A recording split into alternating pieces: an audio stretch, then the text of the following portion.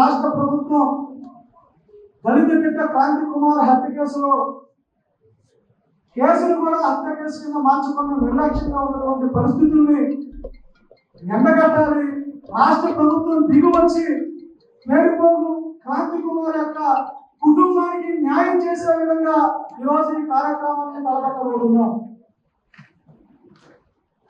ఏ CI అయితే నాగరాజు అనేటువంటి CI, కృష్ణవర్గ CI ఒక నరరూప రాక్షసుడిగా 3 నెలల పాటు మన దళిత బిడ్డ క్రాంతి కుమార్పై అనేక రకాలుగా వివక్షతలు, అవమానాలు చేస్తూ బెదిరింపులకు పాల్గొంటూ అత్యంత నీచంగా ధైర్యంగా కొట్టినటువంటి దెబ్బకి తట్టుకోలేక గుళికల మందు తాగి ఇంట్లోనే ఆత్మహత్య చేసుకున్నటువంటి సంఘటన ఈరోజు యావత్ 2 రాష్ట్రాల్లో కూడా దళిత జాతి మొత్తం ఆవేదనతో ఉండిపోతూ ఉన్నాం.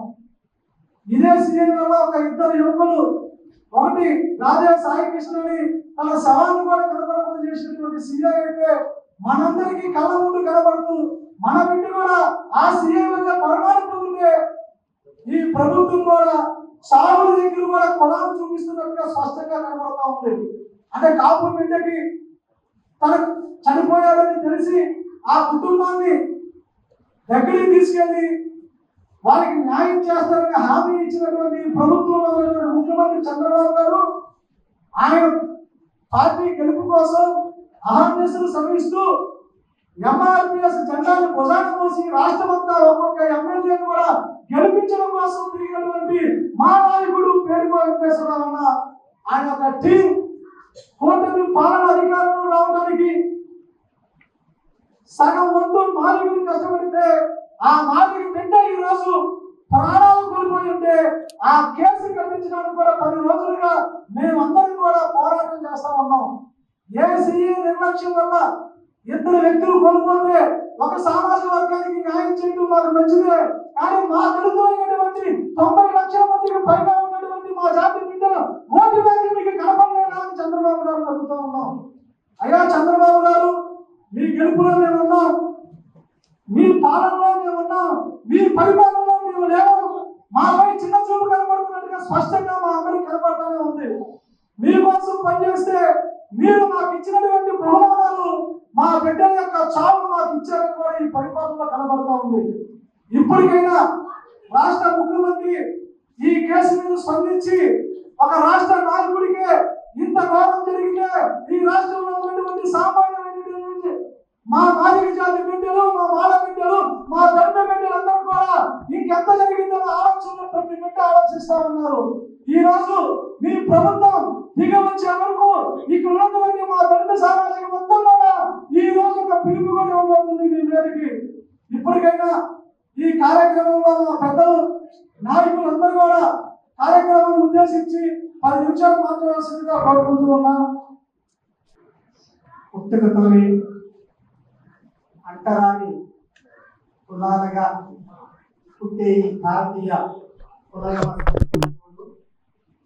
అడుగడుగున అనాగరిక, ఆటవిక, అకృత్యాలకి బలైపోయే పరిస్థితుల్ని సృష్టించింది. అందులో క్రాంతి కుమార్ ఆత్మహత్య ఒకటి.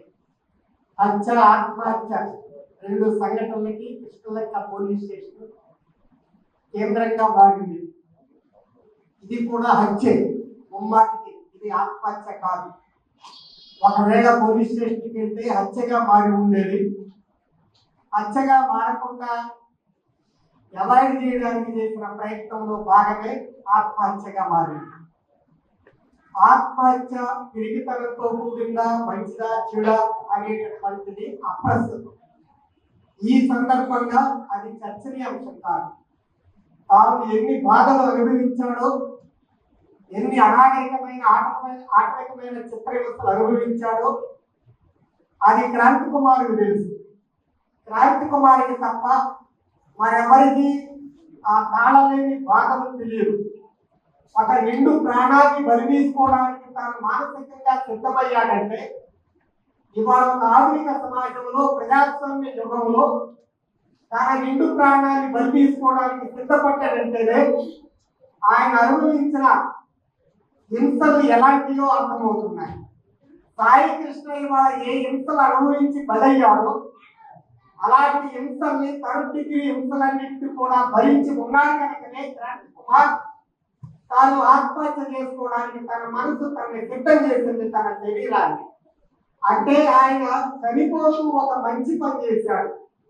ఆయన ఆత్మహత్య సరైనదా కాదా అనేది కాదా, అవాంఛనీయమైంది, బాధాకరమైంది. కానీ ఆయన మరణిస్తూ చేసిన పని ఏంటంటే సమాజానికి ఒక సవాల్ విసిరాడు.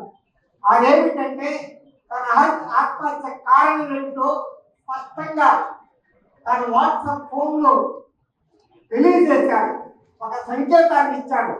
ఆధునిక సమాజానికి నాగరిక సమాజానికి ఒక హెచ్చరిక పంపాడు.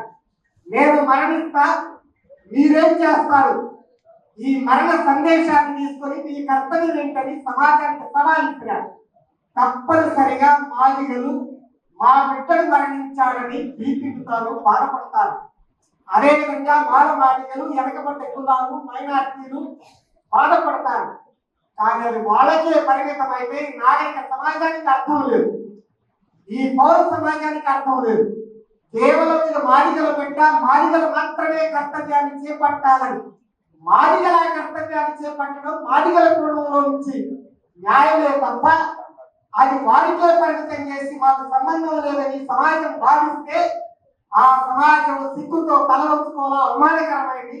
అందుకే మొత్తం మానవతతో మానవీయ సమాజమే స్పందించాల్సినటువంటి ఆవశ్యకత ఉంది. మేము సిపిఐ ఎంఐ యూడమర్కసీ పార్టీ రాష్ట్ర అధికార ప్రతినిధిగా నేను ఈ ఉద్యమాన్ని బలపరుస్తున్నాం. మా పార్టీ తరఫున మొన్న ఆదివారం 21వ తారీఖు ఇదే ప్రెస్ క్లబ్ పైన మేడ మీద మేము హత్య ఆత్మహత్య 2 సంఘటనల మీద, సాయి కృష్ణ మరియు క్రాంతి కుమార్ 2 ఘటనల మీద మేము రాష్ట్ర కమిటీ తరఫున నిరసన సభలు కూడా ఏర్పాటు చేశాం. అందువల్లనే ఈ ఉద్యమాన్ని ముందుకు తీసుకెళ్లాల్సిన అవసరం ఉందని మనస్ఫూర్తిగా కోరుతూ మా పార్టీ తరఫున ఈ ఉద్యమానికి అడుగడుగున మనస్ఫూర్తిగా మద్దతు తెలియజేస్తూ ముగిస్తున్నాను.